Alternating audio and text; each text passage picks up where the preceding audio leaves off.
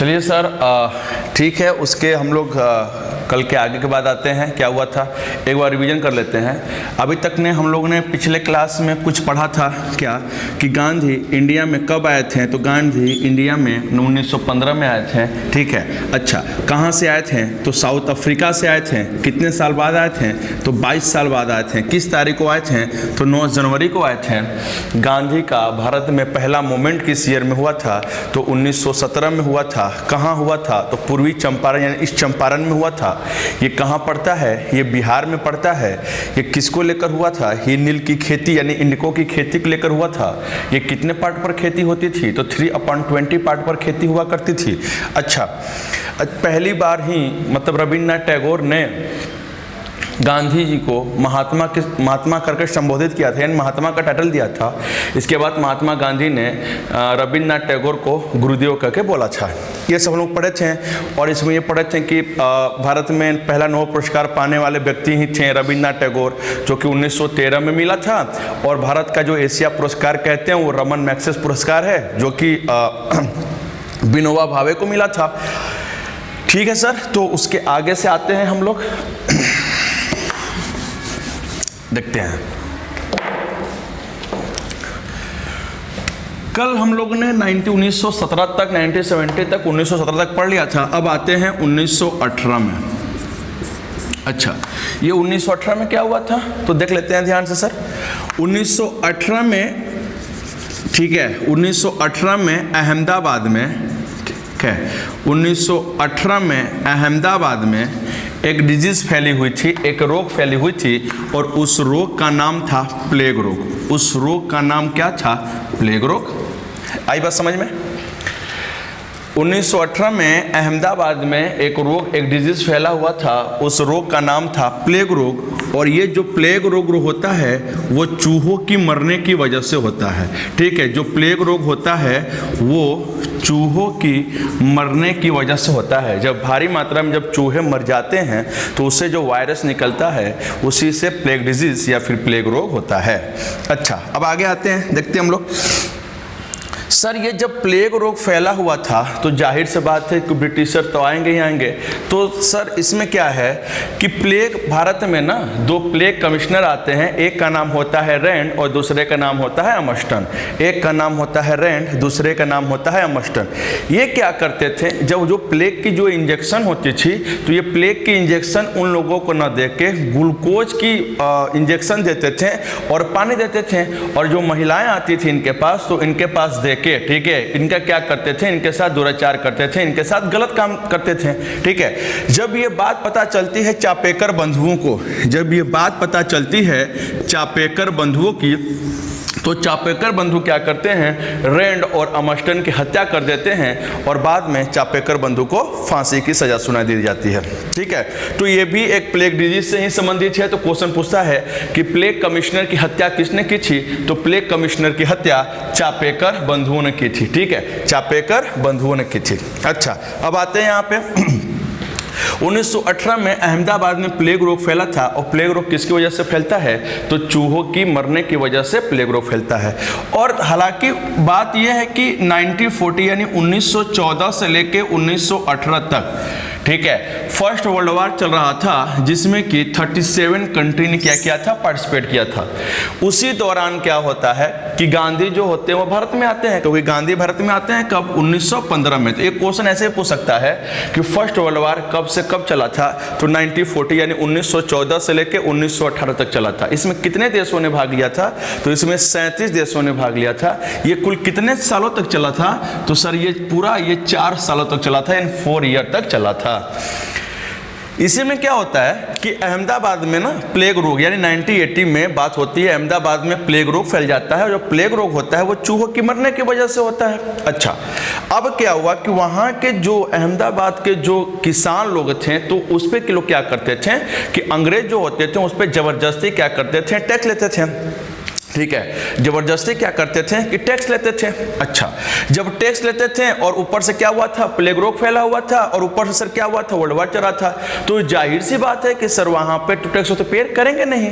तो फिर क्या होता है कि जब फर्स्ट वर्ल्ड वार जब और तेज से जब होने लगता है, जब फर्स्ट वर्ल्ड मतलब और तेजी से होने लगता है, तो फिर क्या होता है ना कि कॉटन की ज़रूरत पड़ती है और कंट्री को, वो लोग कॉटन मंगाना चाहते थे, तो भारत वालों के पास फ़ोन करते हैं कि भैया हमको क्या करो, हमको अधिक से अधिक मात्रा में क्या करो, कुछ कॉटन प्रोवाइड करो। अच्छा, मैं बता दूं कि भारत का मैनचेस्टर जो होता है वो अहमदाबाद को कहते हैं, और उत्तर प्रदेश का मैनचेस्टर क्या होता है, वो कानपुर होता है।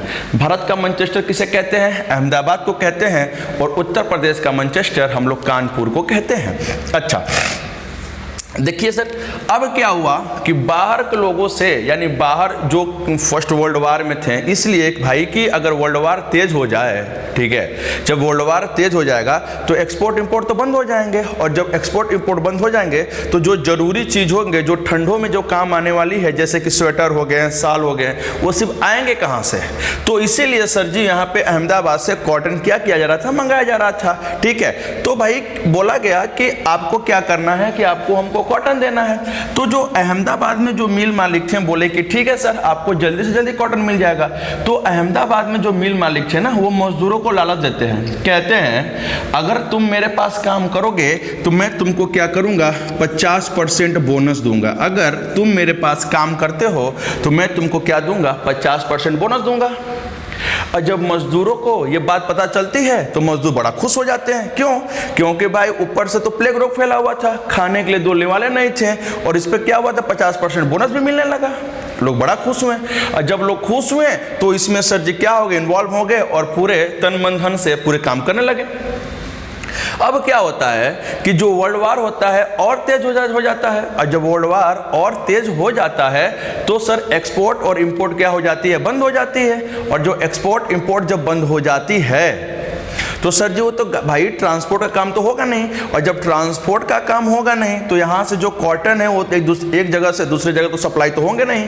तो जाहिर सी बात है कि जो मिल मालिक थे, ठीक है, वो मजदूरों को कह देते हैं भैया ऐसा है कि ये एक्सपोर्ट और इंपोर्ट क्या हो गया है, बंद हो गया है, हम आपको क्या कर सकते हैं, बोनस नहीं दे सकते हैं। तो मजदूर क्या हो गए, गुस्सा हो गए, बोले कि नहीं हमको बोनस चाहिए, जितने दिन काम किए उतना ही बोनस चाहिए। तो बोले कि नहीं भाई बोनस नहीं देंगे, तुम लोग जाओ यहाँ से। ठीक है, तो क्या होता है जब ये बोनस देने से लोग मना कर देते हैं, मिल मालिक जो होते हैं वो बोनस देने से जब मना कर देते हैं तो क्या होते हैं, ये जो मजदूर होते हैं ना, वो किसको बुला कर लेकर आते हैं, तो गांधी जी को बुला कर लेकर आते हैं। ये जो होते हैं मजदूर कहते हैं भैया आइए गांधी जी, देखिए ये लोग हमसे काम भी करवाए हैं और ऊपर से पैसा भी नहीं दे रहे हैं, ये क्या हो रहा है, आप आइए थोड़ा देखिए। तो गांधी जी आते हैं, और जब गांधी जी आते हैं ये सब देखने के लिए सर जी एक यूनियन की स्थापना करते हैं जिसका नाम होता है अहमदाबाद टेक्सटाइल। ठीक है, Ahmedabad textile union, Ahmedabad textile union की क्या करते हैं, स्थापना करते हैं। आई बात समझ में। अच्छा, ये क्वेश्चन कई बार पूछा है कि अहमदाबाद टेक्सटाइल यूनियन की स्थापना कौन करता है, तो गांधी जी करते हैं। कहाँ करते हैं, अहमदाबाद में करते हैं। किस ईयर में करते हैं, तो 1918 में करते हैं। अच्छा, जब यहाँ पर अहमदाबाद टेक्सटाइल यूनियन की जब स्थापना करते हैं, ठीक है, तो क्या होता है भाई, कहते हैं कि नहीं आप लोग उनको 50% बोनस दो, जो वादा किया है वो करो, उसको दो। तो भाई उन्होंने मना कर दिया कि नहीं हम नहीं देंगे। ठीक है, तो क्या होता है कि गांधी जी के एक दोस्त थे, ठीक है, गांधी जी के एक दोस्त थे जिनका नाम था, गांधी के ही दोस्त थे, ठीक है, एक गांधी के दोस्त थे, ध्यान से सुनना है सर, गांधी के एक दोस्त थे जिनका नाम था अंबालाल साराभाई। गांधी के दोस्त हैं जिनका नाम था अंबालाल साराभाई। ठीक है, गांधी के एक दोस्त हैं जिनका नाम था अंबालाल साराभाई। अंबालाल साराभाई ने गांधी जी से कहा कि गांधी तुम क्यों परेशान होते हो, चलो मैं 50% तो नहीं दूंगा, मैं कितने परसेंट बोनस दिलवा दूंगा, 20% बोनस जो होता है वो 20% बोनस क्या करूंगा, मैं दिलवा दूंगा। जब गांधी गए और बोले कि भाई अंबालाल साराभाई ने बोला है कि हम आप लोगों को 20% बोनस दिलवा देंगे, तो मजदूर हो गए गुस्सा। मजदूर बोले अच्छा ऊपर से काम करवाते हैं, ऊपर से पैसा नहीं दोगे, जाओ पैसा नहीं लेंगे। ठीक है, तो ये 20% बोनस लेने से क्या कर दिया, मना कर दिया। और जब मना कर दिया तो जाहिर सी बात है कि ये जो मजदूर थे ना, ये मजदूर क्या हो गए, भूख हड़ताल पर बैठ गए, यानी हंगर स्ट्राइक पर बैठ गए। जब ये मजदूर जब भूख हड़ताल पर बैठ गए तो जाहिर सी बात है कि इसका लीडर भी क्या होगा, भूख हड़ताल पर ही बैठ गया। न चाहते हुए भी उसका लीडर क्या होगा, भूख हड़ताल पर बैठ जाएगा। तो क्वेश्चन ये पूछा कि क्या, कि गांधी जी भारत में पहली बार भूख हड़ताल किस ईयर में हुए थे, तो 1918 में हुए थे। कहाँ हुए थे, तो अहमदाबाद में हुए थे। किसके पक्ष में हुए थे, तो मजदूरों के पक्ष में हुए थे। किसके अगेंस्ट में हुए थे, तो सर जी ये किसके अगेंस्ट, मिल मालिकों के अगेंस्ट में हुए थे। जब गांधी जी क्या होते हैं, भूख हड़ताल पर बैठ जाते हैं, तो भाई पूरे लोग डर जाते हैं कि अरे यार गांधी जी को कुछ हो जाएगा तो बड़ी प्रॉब्लम होगी। ठीक है, तो फिर क्या होता है कि अंबालाल साराभाई की एक बहन थी, अंबालाल साराभाई की बहन थी अनुसुईया साराभाई। ध्यान से सुनिएगा सर, अंबालाल साराभाई की बहन थी अनुसुईया साराभाई। क्या नाम था, अनुसुईया साराभाई। अनुसुईया साराभाई जो थी वो अंबालाल साराभाई की बहन थी अनुसुईया साराभाई। अनुसुईया साराभाई ने कहा गांधी जी से कि गांधी जी देखिए इस समय क्या है कि प्लेग रोग फैला हुआ है, ठीक है, और हम तो आपको 50% तो बोनस तो दे नहीं सकते। एक काम कीजिए, ना आपका और ना मेरा, आप क्या कर लीजिए, आप 35% बोनस ले लीजिए। कितने परसेंट बोनस ले लीजिए, 35% बोनस ले लीजिए। तो अनुसुईया साराभाई के कहने पे ही मजदूरों को 35% बोनस मिलता है, और इसी बोनस को हम लोग किस नाम से जानते हैं, प्लेग बोनस के नाम से जानते हैं। और ये भी मोमेंट क्या होता है कि सफल होता है। आई बात समझ में। अच्छा एक क्वेश्चन और है, ये जो अंबालाल साराभाई के एक बेटे थे जिनका नाम था विक्रम साराभाई। ध्यान से सुनिएगा सर, अंबालाल साराभाई के बेटे हैं जिनका नाम था विक्रम साराभाई। क्या नाम है, विक्रम साराभाई। विक्रम साराभाई से कुछ याद आया आप लोगों को, विक्रम साराभाई, ये विक्रम साराभाई ने ना इसरो की स्थापना की थी। किसकी स्थापना की थी, इसरो की स्थापना की थी। कब की थी, तो इसरो की स्थापना 15 अगस्त 1969 को की थी। और इसी विक्रम साराभाई को, ठीक है, भारतीय अंतरिक्ष विज्ञान के जनक भी या फिर भारतीय अंतरिक्ष विज्ञान के फादर भी कहते हैं। तो इस तरह से अपना ये अहमदाबाद मूवमेंट क्या होता है, सफल होता है। तो एक बार हम लोग फिर से इसको रिकॉल कर लेते हैं, देखते हैं सर। अगर क्वेश्चन ये पूछेगा कि गांधी जी का भारत में दूसरा मूवमेंट किस ईयर में हुआ था, तो ये हुआ था 1980 में, यानी 1918 में। कहाँ हुआ था, तो ये हुआ था अहमदाबाद में। अच्छा, अहमदाबाद में कौन सी रोग फैली हुई थी, तो अहमदाबाद में प्लेग रोग फैली हुई थी। प्लेग रोग किसकी वजह से फैलता है, तो प्लेग रोग चूहे की मरने की वजह से फैलता है। भारत में ना 2 प्लेग कमिश्नर आए थे, एक का नाम था रैंड और दूसरे का नाम था अमर्स्टन। जो रैंड और अमर्स्टन थे वो प्लेग कमिश्नर थे। वो क्या करते थे कि प्लेग की जो इंजेक्शन थी वो न ले आके, ठीक है, ग्लूकोज का पानी, ठीक है, और क्या करते थे, महिलाओं को बेहोशी का इंजेक्शन देके उनके साथ दुराचार कर लेते थे। और जब ये बात पता चलती है चापेकर बंधु को, तो चापेकर बंधु जो होते हैं प्लेग कमिश्नर की क्या कर देते हैं, हत्या कर देते हैं। बाद में चापेकर बंधुओं को फांसी दे दी जाती है। अच्छा, जब ये प्लेग जब डिजीज जब फैली हुई थी, ठीक है, तो मिल मालिकों ने मजदूरों से कितने % बोनस देने का वादा किया था, तो 50% बोनस देने का वादा किया था। अच्छा अब देखते हैं गांधी जी ने अहमदाबाद में कौन सी यूनियन की स्थापना की, तो गांधी जी ने अहमदाबाद में, ठीक है, गांधी जी ने अहमदाबाद में अहमदाबाद टेक्सटाइल यूनियन की स्थापना की थी। अच्छा आगे क्वेश्चन देखते हैं, सर किसने गांधी जी को 20% बोनस देने का वादा किया था, तो गांधी जी के दोस्त हैं जिनका नाम था अंबालाल साराभाई। अंबालाल साराभाई ने 20% बोनस देने का वादा किया था। अगला क्वेश्चन है कि किसकी सहायता से 35% बोनस मजदूरों को प्रोवाइड हुआ, तो ये सर जी अनुसुईया साराभाई के सपोर्ट से, ठीक है, अनुसुईया साराभाई के सपोर्ट से गांधी जी को या फिर अहमदाबाद मिल मजदूरों को 35% बोनस बोनस क्या होगा, सॉरी हाँ 35% बोनस दिया जाने लगा, और ये भी मूवमेंट क्या हुआ, ये भी मूवमेंट सफल होता है, और उसी को क्या कहते हैं हम लोग, प्लेग बोनस के भी नाम से जानते हैं। अगला क्वेश्चन है सर कि गांधी जी ने भारत में, बहुत इंपॉर्टेंट है ये, बहुत ज्यादा इंपॉर्टेंट है ये, हर एक एग्जाम में क्वेश्चन पूछता है कि गांधी जी ने भारत में पहली बार भूख हड़ताल किस ईयर में किया था, तो 1918 में किया था। कहां किया था, तो अहमदाबाद में किया था। किसके सपोर्ट में किया था, तो मजदूरों के सपोर्ट में किया था। और किसके अगेंस्ट में किए थे, तो जाहिर सी बात है ये मिल मालिकों के अगेंस्ट में किए थे।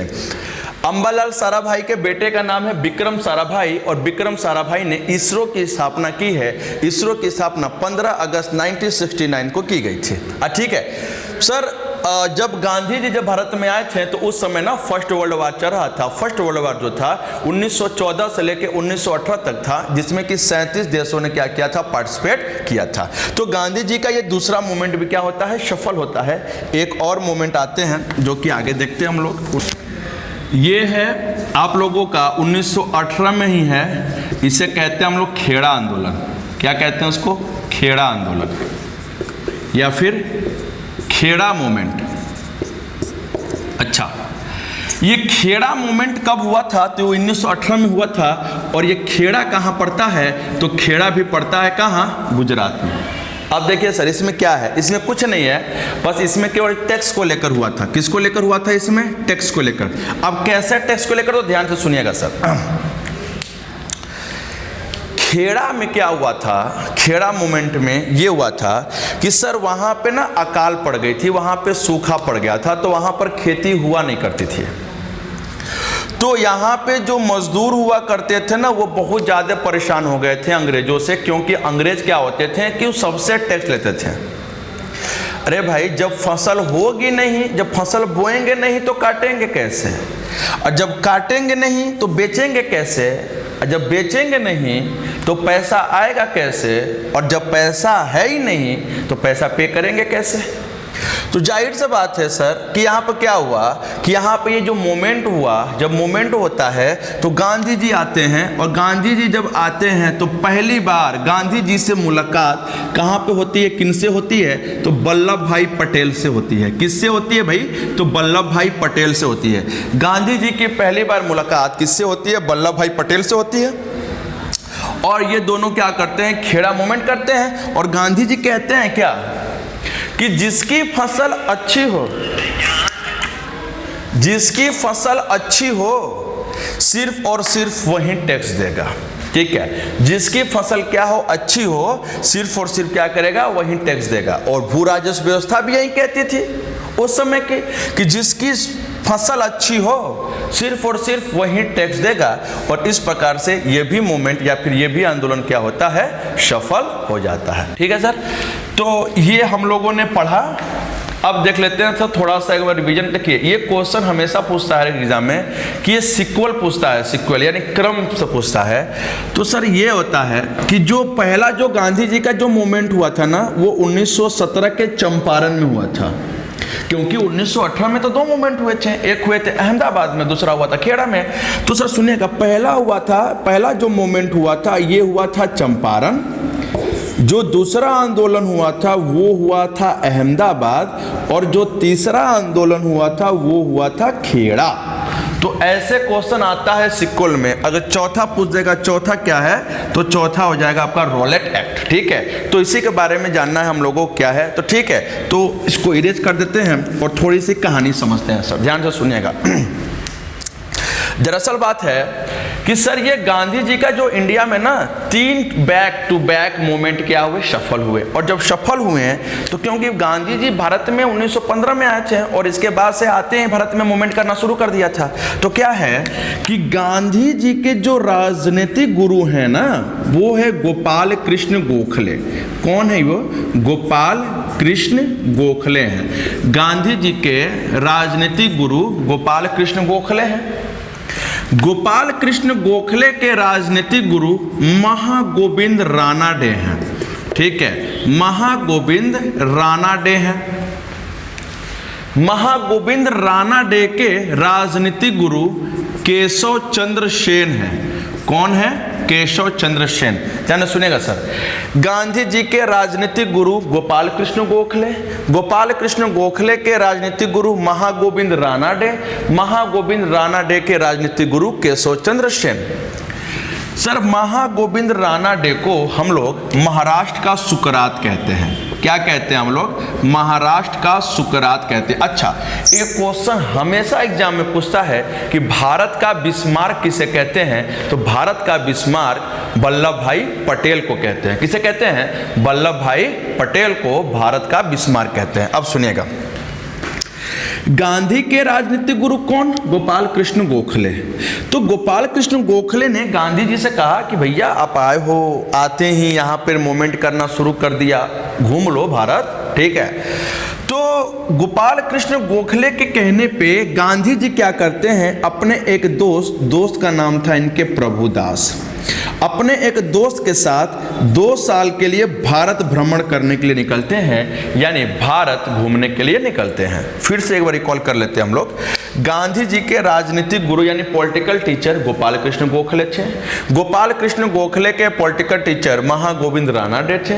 महागोविंद रानाडे के पॉलिटिकल टीचर केशव चंद्र सेन थे। और महागोविंद रानाडे को ही महाराष्ट्र का सुकरात कहते हैं और भारत का बिस्मार्क, ठीक है, वल्लभ भाई पटेल को कहते हैं, यानी सरदार वल्लभ भाई पटेल को कहते हैं। गांधी ने गोपाल कृष्ण गोखले के कहने पे गांधी जी क्या करते हैं, 2 साल के लिए भारत भ्रमण करने निकलते हैं। अब ध्यान से सुनिएगा सर, जब ये भारत भ्रमण करने के लिए निकलते हैं, यानी 1918 में जब ये भारत जब घूमने के लिए निकलते हैं, तो उस समय का भारत का जो वायसराय थे उनका नाम था लॉर्ड चेम्सफोर्ड।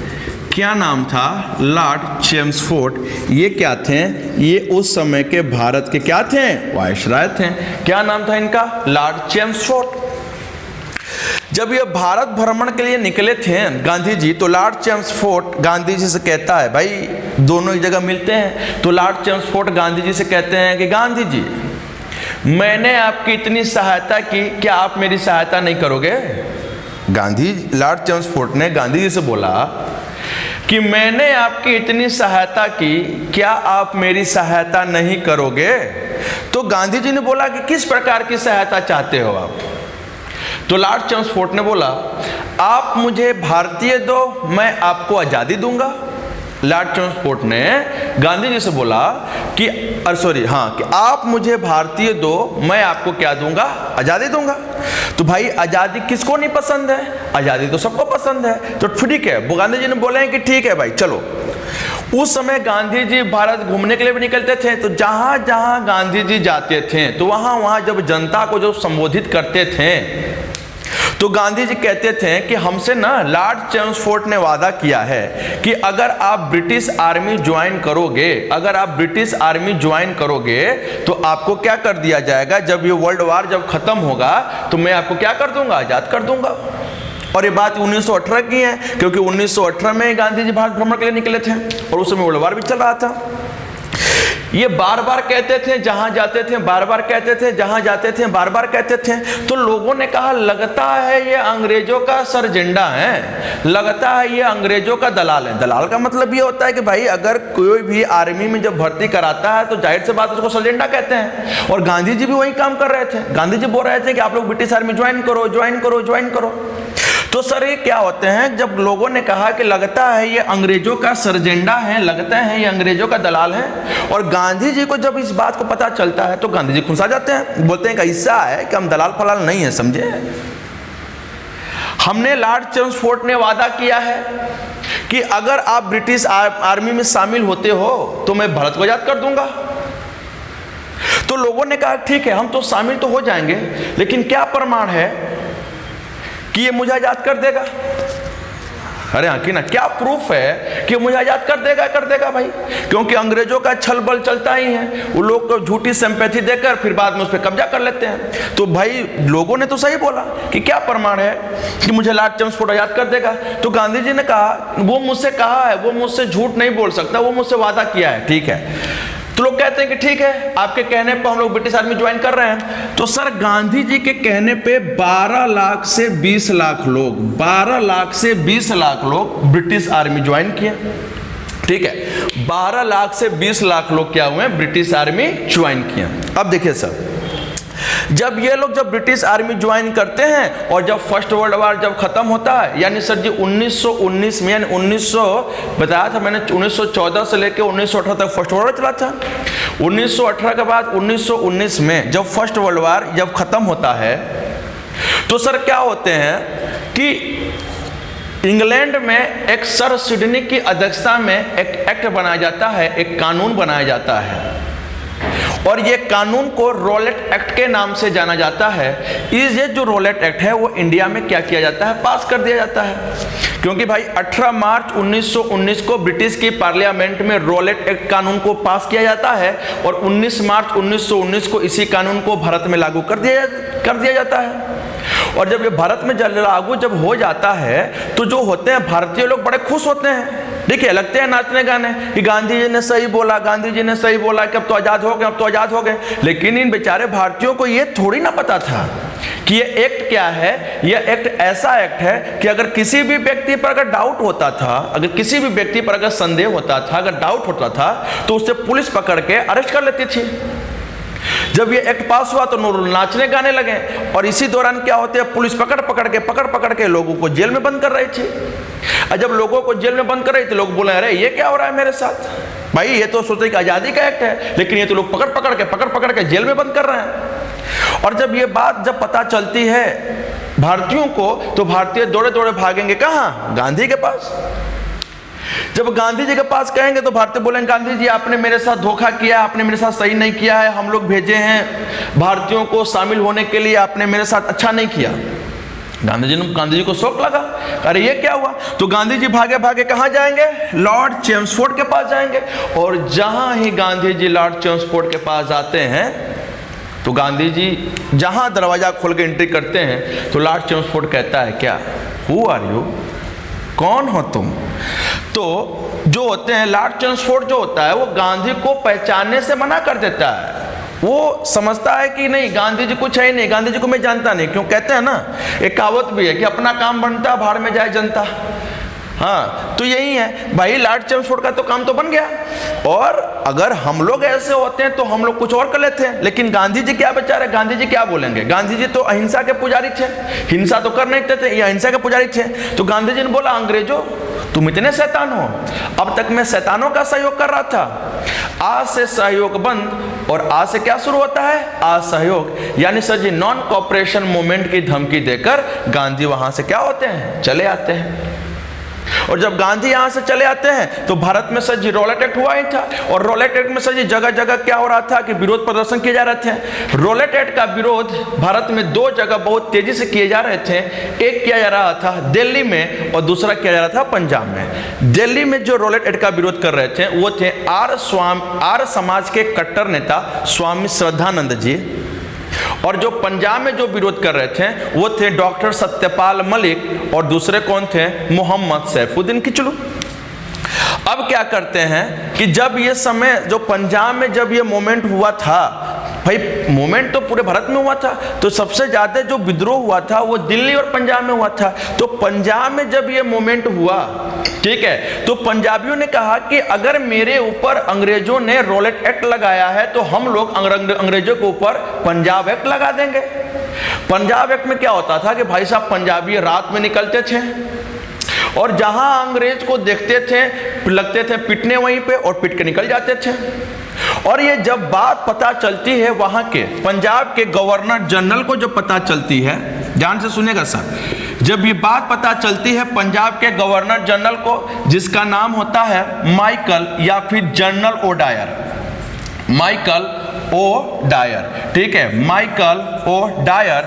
और जो पुलिस कमिश्नर जो थे पंजाब के, जो पुलिस कमिश्नर थे उनका नाम था जनरल डायर। मैं अभी केवल इस कहानी समझा रहा हूं, अभी मैं इसके आगे पढ़ाऊंगा ही पढ़ाऊंगा, केवल ये कॉन्सेप्ट है, केवल ये कहानी है, ठीक है। माइकल ओ डायर, ठीक है, उस समय पंजाब के गवर्नर जनरल थे और पंजाब के जो पुलिस कमिश्नर थे वो थे जनरल डायर। दोनों भाई थे भाई, एक का नाम है माइकल ओ डायर और दूसरे का नाम है जनरल डायर, दोनों भाई थे। और उस समय के जो भारत के जो वायसराय थे उनका नाम था लॉर्ड चेम्सफोर्ड। जब ये मूवमेंट करने लगे तो पंजाब में जब ये मूवमेंट होने लगा, पंजाब ने रोलेट अंग्रेजों के ऊपर सर पंजाब एक्ट लगा दिया था, और जहां अंग्रेज मिलते थे रात के समय निकलते थे भाई साहब, जहां अंग्रेज मिलते थे रात शुरू हो जाते थे। अब ये जब बात पता चलती है माइकल या फिर जनरल ओ डायर को, तो सर ये क्या करता है कि आदेश देता है जाओ जाके मारो। तो सर जी जब आते हैं तो वो पुलिस वाले जो होते हैं पंजाब पे गोली चलाते हैं, और गोली चलाने के बाद कई भारतीय क्या हो जाते हैं, मर जाते हैं। और मरने के बाद वहीं से पंजाब से डॉक्टर सत्यपाल और दूसरे मोहम्मद सैफुद्दीन किचलू को अरेस्ट कर लेते हैं, और अरेस्ट करने के बाद लेकर आते हैं। जब जेल में रखते हैं अरेस्ट करने के बाद, लोग कहते हैं कि क्या किया जाए, इनको छुड़ाना ही है। तो लोग सर जी एक भारी भीड़ इकट्ठा करते हैं, और भारी भीड़ जब इकट्ठा करते हैं तो सर डॉक्टर सत्यपाल और दूसरे क्या हैं मोहम्मद सैफुद्दीन किचलू को छुड़ाने के लिए लोग जाते हैं। जब वो छुड़ाने के लिए जाते हैं तो रास्ते में दो पुलिस मिलते हैं, एक का नाम था शेरवुड और एक का नाम था रोलैंड।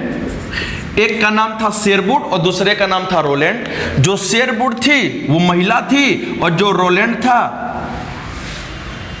वो पुरुष था। ठीक है, जो शेरवुड थी वो महिला थी, रोलैंड था वो पुरुष था। तो ये दोनों जब भारतीय जब शांति से जा रहे थे छुड़ाने के लिए, तो ये दोनों भारतीयों पे कमेंट किए कि तुम लोग ऐसे हो, तुम लोग ऐसे हो, तुम लोग को मैंने पागल बनाया, व्हाटएवर, जितना चीज बोलना था बोला। ये जो भीड़ थी, इन भीड़ को गुस्सा आती है, और जब भीड़ को गुस्सा आती है तो इसके ऊपर से भीड़ निकल जाती है, और इसके ऊपर जब भीड़ निकल जाती है तो शेरवुड और रोलैंड की क्या हो जाती है, चटनी बन जाती है, दोनों मर जाते हैं।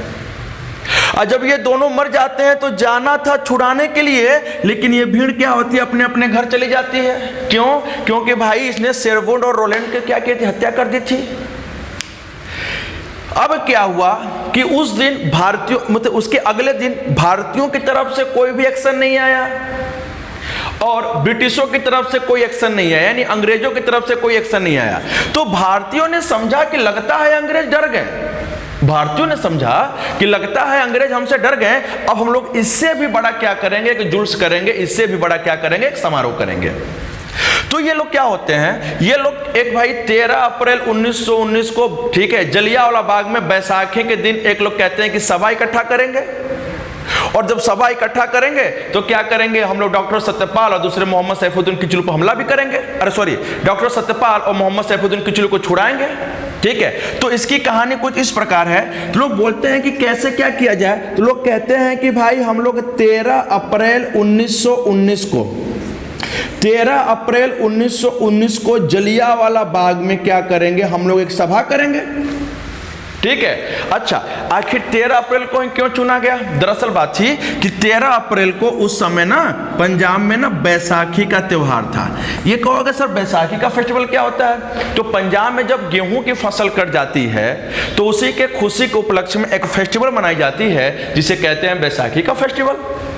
ठीक है, तो भाई अंग्रेजों को तो पता भी नहीं चलना चाहिए था, तो लोगों ने क्या किया कि लोगों ने चिट्ठी लिखना शुरू किया। लोग चिट्ठी लिखते थे, क्या लिखते थे, चिट्ठी लिखा था उसमें कि 13 अप्रैल 1919 को बैसाखी के दिन, अगर अंग्रेजों को पता चल जाएगा तो जाहिर से बात है अंग्रेज तो मना कर देंगे। तो लोग चिट्ठी और रात में संदेश भेजते थे। चिट्ठी में लिखते थे क्या, 13 अप्रैल 1919 को बैसाखी के दिन शाम 4 बजे जलियांवाला बाग में क्या करना, उपस्थित होना है। 5 बजे तक क्या करेंगे, हम लोग पंजाब के या फिर लाहौर के जेल पर आक्रमण करेंगे, अटैक करेंगे। अटैक करने के बाद वहां के जो गवर्नर जनरल और पुलिस कमिश्नर हैं उनकी हत्या करेंगे। हत्या करने के बाद डॉक्टर सत्यपाल और मोहम्मद सैफुद्दीन किचलू को छुड़ाएंगे, और छुड़ाने के बाद शाम में आएंगे और बैसाखी के त्यौहार बल्ले बल्ले करेंगे। ऐसा इन लोगों का प्रोग्राम था। और लोग चिट्ठी लिख रहे थे और रात के समय डोर टू डोर पहुंचा रहे थे। तभी ये चिट्ठी पहुंच गई एक व्यक्ति जिनका नाम था हंसराज। एक व्यक्ति जिनका नाम था हंसराज। हंसराज के पास ये चिट्ठी पहुंच गई, और हंसराज ने जहां ये चिट्ठी फोड़ा उसमें लिखा था क्या, 13 अप्रैल 1919 को जलियांवाला बाग में शाम 4:30 बजे आएंगे, उपस्थित होंगे। ये जनरल ओ डायर की हत्या करेंगे, फिर इसके बाद बैसाखी के त्योहार बल्ले बल्ले करेंगे।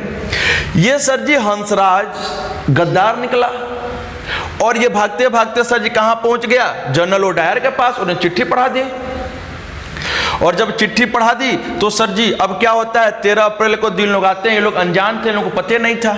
लेकिन सर जी माइकल ओ डायर के कहने पे, यानी जनरल ओ डायर के कहने पे जनरल डायर जाता है और पूरे के पूरे जलियांवाला बाग को घेर लेता है और कहता है कि आप लोग 3 मिनट के अंदर इस पार्क को खाली करो, अन्यथा मैं गोली चलाऊंगा। किसी किताब में सर जी 3 मिनट देता है, किसी किताब में 3 सेकेंड देता है और वो काउंट करता है फर्स्ट, सेकेंड एंड थर्ड, यानी 1 2 3 और फायरिंग करना शुरू कर देता है। और ये तब तक फायरिंग करता रहता है जब तक कि इसके पास पूरी गोली नहीं खत्म हो जाती है। तो कहानी है ये, फिर इसके बाद पढ़ेंगे हम लोग जलियांवाला बाग के बारे में, ठीक है। तो ये पूरी की पूरी कहानी थी सर। तो अब हम लोग जब अगले क्लास में जब हम लोग मिलेंगे तो अगले क्लास में सर जी हम लोग पढ़ेंगे रॉलेट एक्ट और इसके बाद जलियांवाला बाग कांड। तो ये पूरी की पूरी कहानी थी। तो एक बार फिर से मैं रिकॉल कर देता हूँ थोड़ा सा कि सर क्या था कि गांधी जी के जो राजनीतिक गुरु थे वो गोपाल कृष्ण गोखले थे। गोपाल कृष्ण गोखले के जो राजनीतिक गुरु थे वो थे महागोविंद रानाडे। महागोविंद रानाडे के जो राजनीतिक गुरु थे वो थे केशव चंद्र सेन, और महागोविंद रानाडे को ही हम लोग महाराष्ट्र का सुकरात कहते हैं। अगर क्वेश्चन ऐसे पूछ सकता है कि जिस समय भारत में जलियांवाला बाग या फिर रॉलेट एक्ट हुआ था उस समय भारत का वायसराय कौन था, तो लॉर्ड चेम्सफोर्ड था, ठीक है। तो हम लोग अगला जो क्लास करेंगे, अगला जो क्लास होगा वो होगा अपना रॉलेट एक्ट के बारे में, इसके बाद जलियांवाला बाग पढ़ेंगे, ठीक है। तो आज के लिए बस इतना ही रहने देते हैं, फिर हम लोग कल मिलते हैं। महादेव।